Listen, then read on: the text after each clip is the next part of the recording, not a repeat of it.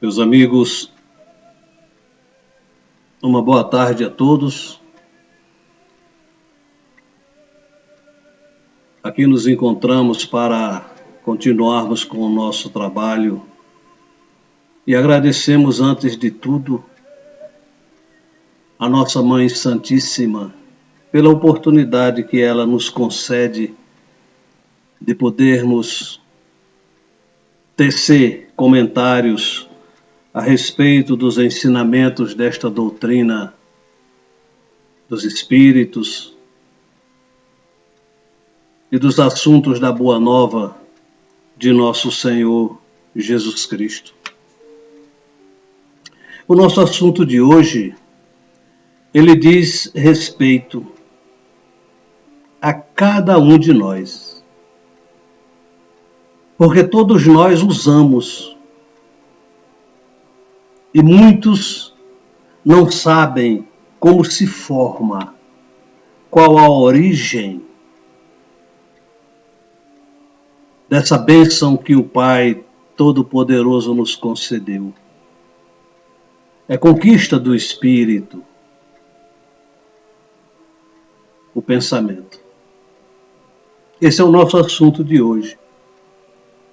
O complexo humano, ele é constituído por espírito, perispírito e corpo físico. Esses são os três que nos interessam no nosso estudo desta tarde. O espírito, na sua essência, essa energia sozinha, ele não pode ser visto pelo ser humano comum. Não pode. Nós só conseguimos perceber o espírito se ele estiver envolvido com o seu perispírito, ou então nas suas manifestações de encarnado. Bom, o ser humano, o homem, é esse complexo humano: espírito, perispírito, corpo físico.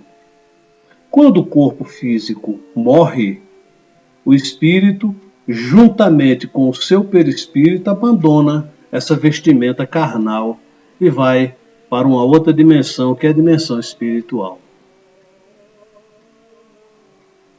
Ele sai com o seu perispírito. O corpo físico,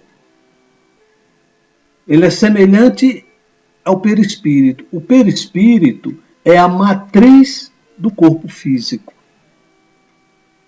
Tudo que tem no perispírito tem no corpo físico. É o corpo que o espírito se manifesta no plano espiritual. Então, o que queremos dizer é o seguinte: o espírito sozinho, só ele, sem perispírito, nós não conseguimos perceber. A espiritualidade, sim. O espírito sabe o que é o espírito. Ele sabe o que é. O homem não. O perispírito é um dos estudos mais difíceis da doutrina espírita. Ele é o elemento semimaterial, constituído uma parte de energia material e uma parte da energia espiritual. Uma parte material, uma parte espiritual. A parte espiritual é para que ele faça a ligação do espírito para o corpo físico. E a parte material é para que ele transmita as sensações do corpo para o espírito. Tudo passa tanto para ir quanto para voltar. Tudo passa pelo perispírito. No perispírito existem 7 centros de força principais, fora o restante, fora os outros. Nós vamos nos ater a esses 7 centros principais.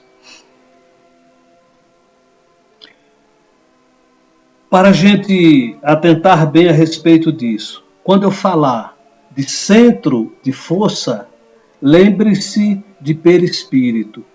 Quando eu falar de plexo, lembre-se do corpo físico.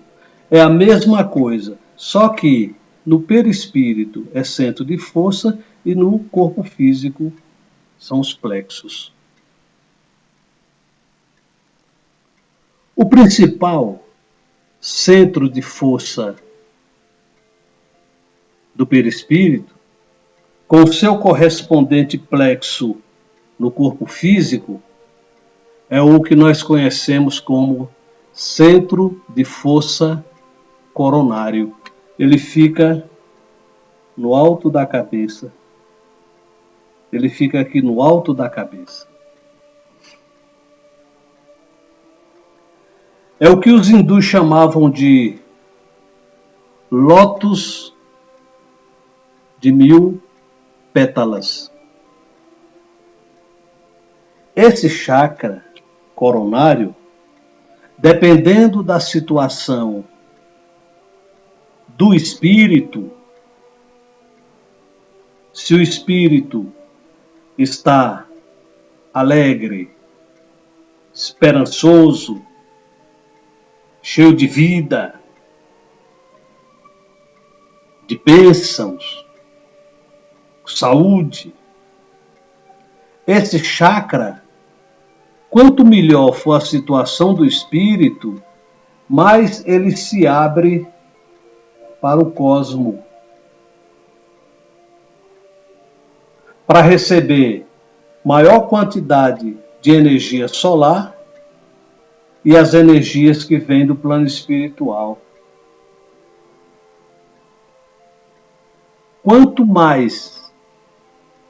Quanto melhor a situação do espírito, mais esse chakra, esse centro de força se abre. Quanto pior for a situação do espírito, de tristeza, desânimo, doença, ele se fecha. Aqui. Se abre ou se fecha. Esse é o centro de força coronário no perispírito, com o seu correspondente plexo coronário no corpo físico. Ele está intimamente ligado um ao outro. É por essa razão que na doutrina espírita se recomenda o passe por imposição de mãos. Jesus já pregava isso há muito tempo. Nos ensinava a imposição de mãos. Por quê? Porque quando você impõe as mãos sobre a cabeça do paciente, você vai injetar ali a energia ou do médium, ou dos espíritos, ou a mistura dos dois, no plexo coronário. E esse plexo, esse centro de força coronário, ele se encarrega de distribuir essa energia para todos os outros centros de forças e, consequentemente, os plexos no corpo físico. É assim que a coisa funciona. Existem pessoas que utilizam práticas de tipos, que não é o nosso caso aqui, de práticas de transmissão do passe, passe horizontal, passe vertical, passe isso, passe aquilo. Agora imagine isso sendo feito num centro espírita, lotado de gente, numa câmara especialmente preparada para isso. Fica muito mais difícil. Outra coisa, o próprio médium, ele vai sentir dificuldade e ele tem que conhecer, ele tem que saber por que é que ele está dando determinado tipo de passe. O mais simples e que funciona é a imposição de mãos. Claro que nós aprendemos também que o espírito que orienta o médium, ele pode intuir o médium para que leve suas mãos a uma determinada parte do corpo do paciente. Uma ferida numa perna, um problema num braço, um problema no estômago, um problema. Mas o normal é a imposição de mãos, que vai impregnar o chakra coronário e, por sua vez, vai distribuir para os outros plexos do corpo físico. O centro de força no perispírito e o seu correspondente plexo no corpo físico. Então, nós temos o primeiro, centro de força coronário, que tem o seu correspondente plexo no corpo físico. Depois nós vamos ter o centro de força frontal, que tem o seu correspondente frontal no corpo físico. Plexo frontal no corpo físico. Depois nós temos o centro de força laríngeo, que tem o seu correspondente plexo laríngeo no corpo físico. Depois nós temos o centro cardíaco, centro de força cardíaco no perispírito, que tem o seu correspondente no plexo cardíaco no corpo físico. Depois nós temos o centro de força esplênico no perispírito, que tem o seu correspondente, o plexo mesentérico e baço no corpo físico. O sexto seria o centro de força gástrico no perispírito, com seu correspondente plexo solar no corpo físico. E o sétimo é o centro de força genésico no perispírito, com seu correspondente, o plexo hipogástrico no corpo físico. São esses os 7 centros de força principais no perispírito, com os seus correspondentes plexos no corpo físico. Por que nós falamos tudo isso? Para o prosseguimento daquilo que nos propomos transmitir na tarde de hoje. No início eu falei, nós usamos uma bênção, um dom divino, que a maioria das pessoas não sabe como se origina, como se inicia. Não sabe. Porque é uma coisa automática. Como se forma o pensamento? Já perguntou a você mesmo? Por que é que eu penso? O que é que acontece? E nós trouxemos da doutrina espírita lampejos, porque o estudo é muito mais profundo. Lembram-se, na nossa primeira palestra, nós falamos que o espírito, ao ser individualizado, naqueles chamados mundos ad hoc, desenvolvem-se nele inteligência, vontade, livre-arbítrio e responsabilidade. Ele já recebeu o seu corpo perispiritual. Ele já tem um corpo.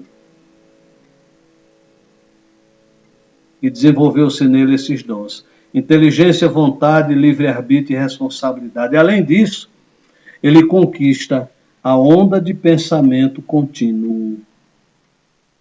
Isso lá, quando ele se individualiza. A partir dali, ele é espírito formado e ele não para mais de pensar. Mas como se dá o pensamento? Como acontece isso? O centro nevrálgico do comando é a mente, onde se proliferam as ideias, onde se processam as emissões de mensagens de nós para os outros e as coisas. O hálito divino, ele penetra absolutamente tudo, todas as formas existentes. No entanto, em se tratando do espírito, essa energia cósmica, ao deslizar no vértice coronário, perlustra o grande reator mental, que a transforma em matéria favorável e sensibilíssima aos sentimentos, transformando-os em pensamento. Ou seja, a mente do espírito absorve o fluido cósmico universal, ou, como muitos já estão dizendo atualmente, a energia cósmica universal. Essa energia, esse fluido é puro, é energia pura, que, ao penetrar no chamado reator mental, ali vai se encontrar com emoções ou sentimentos do espírito.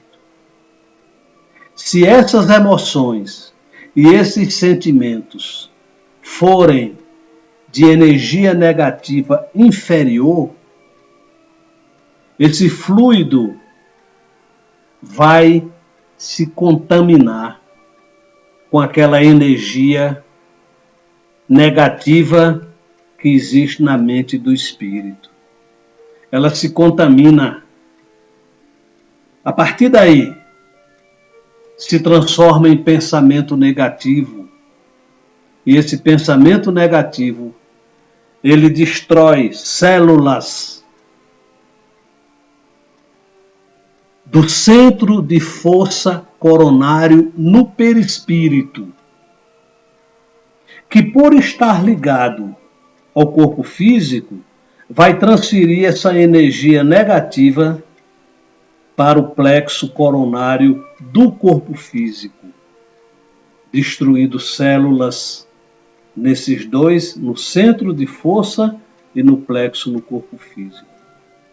Como o centro de força coronário, ele distribui a energia para todos os outros, essa jornada destrutiva vai sendo elaborada, passa para o centro de força frontal, essa energia negativa, destruindo células, passa para o centro de força laríngeo, cardíaco, esplênico, gástrico e genésico, centros de força no perispírito, destruindo tudo, começando um processo doentio.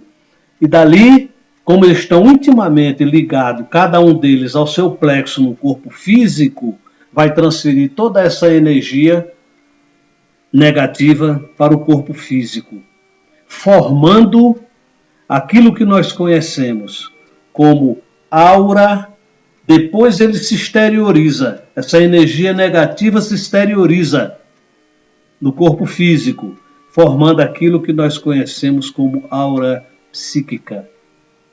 E essa aura, por ser constituída de uma energia negativa,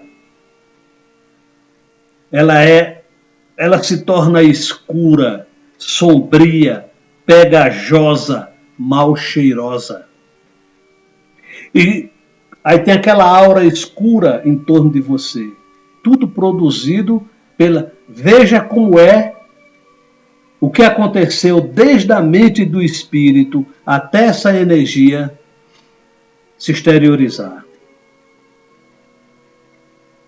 E isso, nós estamos falando aqui, parece que é um longo tempo, mas a coisa é automática. Pensa, já muda tudo. Pensa, já muda tudo.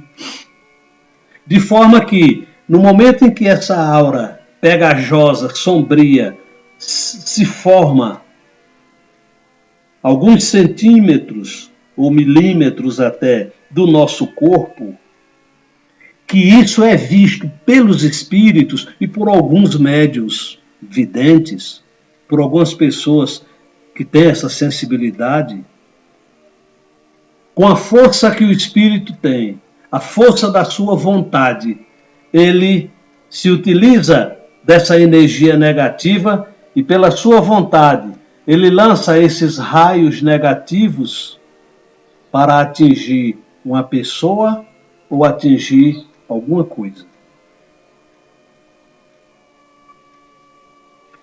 Essa energia é lançada. Essa energia é lançada para prejudicar alguém. Se essa pessoa não interessa onde ela esteja, para o pensamento não tem distância. Se essa pessoa estiver na mesma faixa de frequência vibratória daquele pensamento mal, ela vai receber essa carga negativa. Agora, se ela não estiver numa faixa de frequência superior, essa carga negativa vai fazer uma volta em torno dela e vai retornar para o seu ponto de origem, vai retornar para a sua fonte criadora. Ou seja, a pessoa que pensa no mal, ela é prejudicada 2 vezes, no mínimo. Uma, quando cria o pensamento e ela vem destruindo tudo no seu organismo. É a primeira prejudicada. A pessoa que pensa no mal é quem é primeiramente prejudicado, porque aquela energia negativa, você não imagina o mal que ela te faz. E quando ela lança esse pensamento tem que voltar, porque é tua, é teu. A projeção é tua, é criação tua. Tem que voltar para a fonte que lhe deu origem. Vejam a importância disso. Vamos ver a outra parte. A mente do espírito absorve o fluido cósmico universal. Essa energia é pura. E quando ela penetra no reator mental do espírito, ela encontra ideias brilhantes, pensamentos saudáveis, sentimentos e emoções valorosas. Essa energia se mistura com essa luz que tem ali na mente do espírito, criando um pensamento brilhante, um pensamento luz.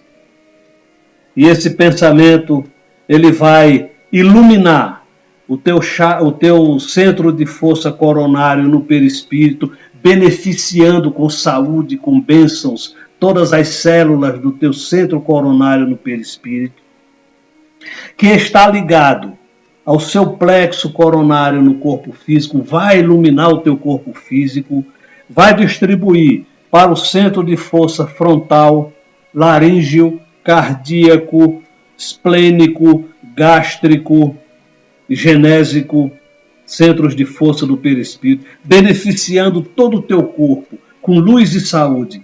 E, por eles estarem intimamente ligados aos seus plexos no corpo físico, ele vai transmitir essa luz, essa energia ao teu corpo físico, beneficiando todo o teu corpo físico com saúde e luz. E essa luz, essa energia brilhante, ela vai se irradiar e iluminar. Os espíritos de longe, eles veem aquela luz e eles sabem que é você. Por que é que espíritos inferiores não se aproximam de pessoas que têm uma mente brilhante, de pessoas que têm uma aura brilhante? Porque eles não suportam luz. Eles não suportam luz. E quem vai se aproximar de você são os espíritos que estão na mesma frequência vibratória que você. Quando essa energia se irradia com a força do teu pensamento, você pode lançar para onde você quiser esse teu pensamento iluminado, para uma pessoa que está doente a milhões de quilômetros de você, porque não existe distância para o pensamento. E esse teu pensamento, mentaliza a pessoa que está doente longe, e esse teu pensamento vai envolver aquela pessoa, transmitindo a ela as bênçãos daquela luz que você está enviando para ela. Veja a beleza dessa lei.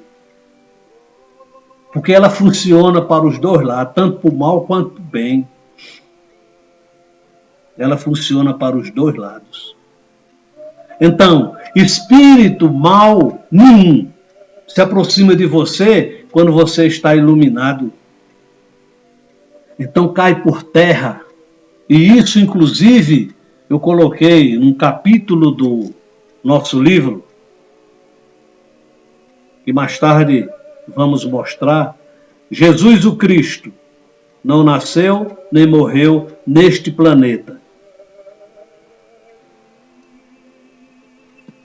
Aquela passagem que está no Evangelho, de que Jesus passa 40 dias no deserto, e lá o demônio se aproxima dele e começa a agir daquela maneira diante de um Cristo de Deus. Luz pura. Primeiro que demônio não existe. Cão, diabo, capeta, isso não existe. Satanás, isso não existe. E muito menos uma entidade trevosa dessa se aproximar de um Cristo de Deus. Isso não existe, não tem lógica. Luz não se aproxima, trevas não se aproxima de luz. Aliás, treva, sombra, escuridão não existem. O que existe é falta de luz. Está numa sala totalmente escura. Acenda um fósforo, acabou a escuridão. Falta de luz. Então, meus amigos, no primeiro ato nosso do pensamento negativo, destruindo tudo no perispírito e destruindo tudo no corpo físico, é assim que se iniciam as doenças. Da mesma maneira, no segundo ato, a geração de pensamento positivo, brilhante, é assim que se mantém saúde. Não existem doenças, existem doentes. O espírito é doente. A medicina hoje, com todo o avanço que ela tem, ela consegue atuar no efeito. Mas a causa continua. Porque a causa, na maioria das vezes, não está no corpo físico. Quando o corpo físico manifesta algum tipo de doença, o perispírito e o espírito já está doente há tempo. Estourou agora, ele já vem doente há tempo. Aí você vai no médico, o médico passa o remédio, alivia aquilo ali, mas a causa tem que ser eliminada. E a causa está no espírito. Ou você modifica o espírito, a tua maneira de viver. Por isso que Jesus, quando curava alguém, dizia: vai e não peques mais, para que não te aconteça coisa pior. O problema não estava na doença, não. Estava no pecado, no erro cometido. Então, meus amigos, pensamento. Alguém, Hermógenes, o filósofo, ele dizia: não incomodes nosso Senhor Jesus Cristo, pedindo que te livre das moscas. Basta que você limpe a casa. Os urubus, de longe, eles sentem o cheiro da carne apodrecida. De longe, e eles vão lá. A mesma coisa acontece com os espíritos infelizes, sofredores.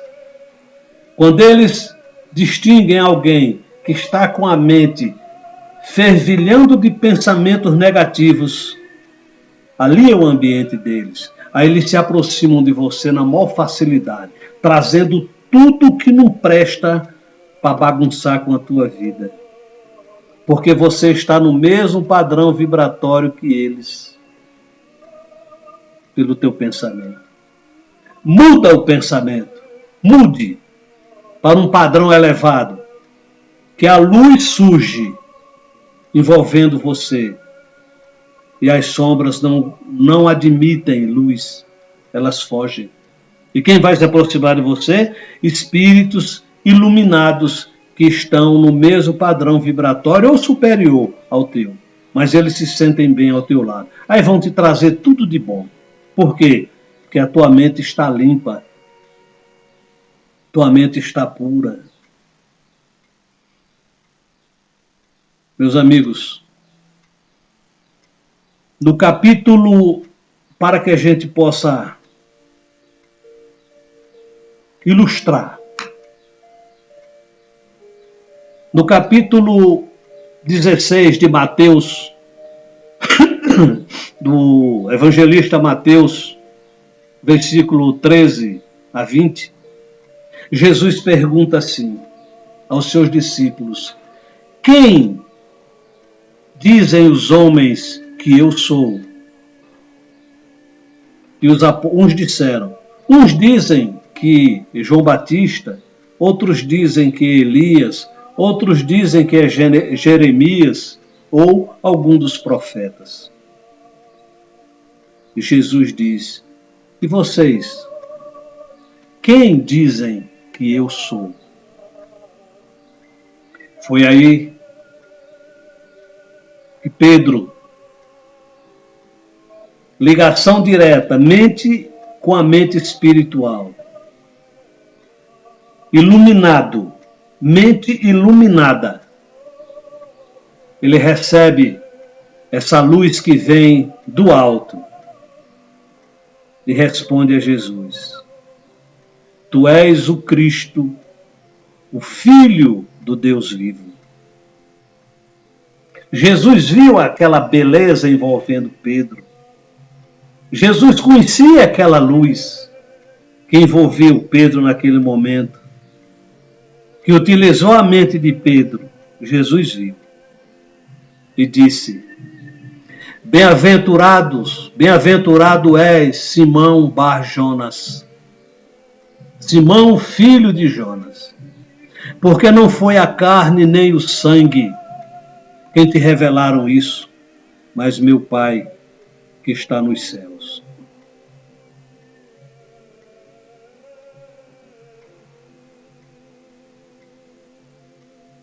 E eu também te digo que tu és Pedro, e sobre esta pedra edificarei a minha igreja, e as portas do inferno não prevalecerão contra ela.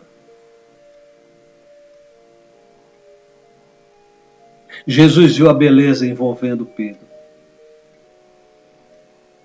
E quanto a esse tu és Pedro, é motivo de uma outra palestra nossa. Meus amigos, no mesmo capítulo 16, nos versículos 21 a 23, vejam o que é o pensamento.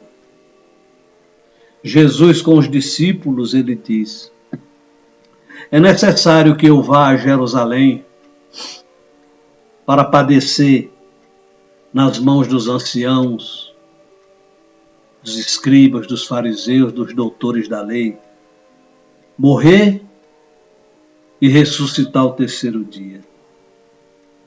Pedro estava ali e disse: Senhor, tem compaixão de ti, nada disso te acontecerá. Jesus viu a sombra envolvendo Pedro. Ele viu aquela sombra envolvendo Pedro e disse: afasta-te de mim, Satanás, é adversário, afasta-te de mim. Você não compreende as coisas de Deus, mas somente as coisas dos homens. Mas de repente, no mesmo capítulo, próximo um do outro, Pedro muda de bem-aventurado és, Simão Bar-Jonas, para afasta-te de mim, Satanás. Veja a facilidade que nós temos em mudar de pensamento. Nós que somos seres inferiores, porque estamos neste planeta de expiação, e de provas, mergulhados nessa atmosfera altamente contaminada por sentimentos e pensamentos negativos. Nós não somos espíritos evoluídos a ponto de só deixar atravessar a nossa mente pensamentos brilhantes, não. Nós estamos mergulhados até o pescoço, talvez a cabeça inteira, nesse mar de energia negativa. Foi por essa razão, e sabendo disso, que o grande mestre de Nazaré disse: vigiai e orai, para não cairdes em tentação. Todo pensamento é luz. Todo pensamento é luz. Só que essa luz, ela pode ser brilhante, atraente, como pode ser trevosa, tenebrosa. Todo pensamento é luz. É por essa razão que nosso Senhor Jesus Cristo, com toda a autoridade crística que ele tinha e tem, ele nos presenteou com um ensinamento que diz: se a luz que há em ti são trevas, quão grande serão essas trevas? Quer ser feliz? Pensa no bem, pensa no amor, na luz, na caridade. Ora, se apega a esse instrumento potente da oração, para que você tenha a mente ligada diretamente ao plano espiritual. Ora por aqueles que te desejam o mal. Ora pelos teus irmãos, pelos necessitados. Faz com que essa luz da oração permaneça sempre acesa no teu lar, na tua família. Vibra em benefício daqueles que precisam, para que teu irmão seja feliz. Semeia e você vai colher. Eu agradeço a atenção de todos vós e vamos estudar esta doutrina abençoada para que possamos afastar de vez da nossa vida as trevas da ignorância que tanto mal nos faz. Espíritas, amai-vos, é o primeiro ensinamento. Instruí-vos é o segundo. Esta doutrina abençoada é uma fonte inesgotável de conhecimento. Que Nossa Senhora, esse Espírito querido que tanto nos ama, possa tocar o teu coração com sua mão abençoada e sagrada e lhes transmitir a luz da esperança, nos dando a certeza de que no universo reina um Pai que nos ama e que nosso Senhor Jesus Cristo é o nosso pastor maior, que haverá de nos conduzir pelos caminhos da luz em busca da conquista da nossa felicidade. Nós somos luz. E para essa mesma luz, nós haveremos de retornar. Sejam felizes. E muito obrigado. Graças a Deus.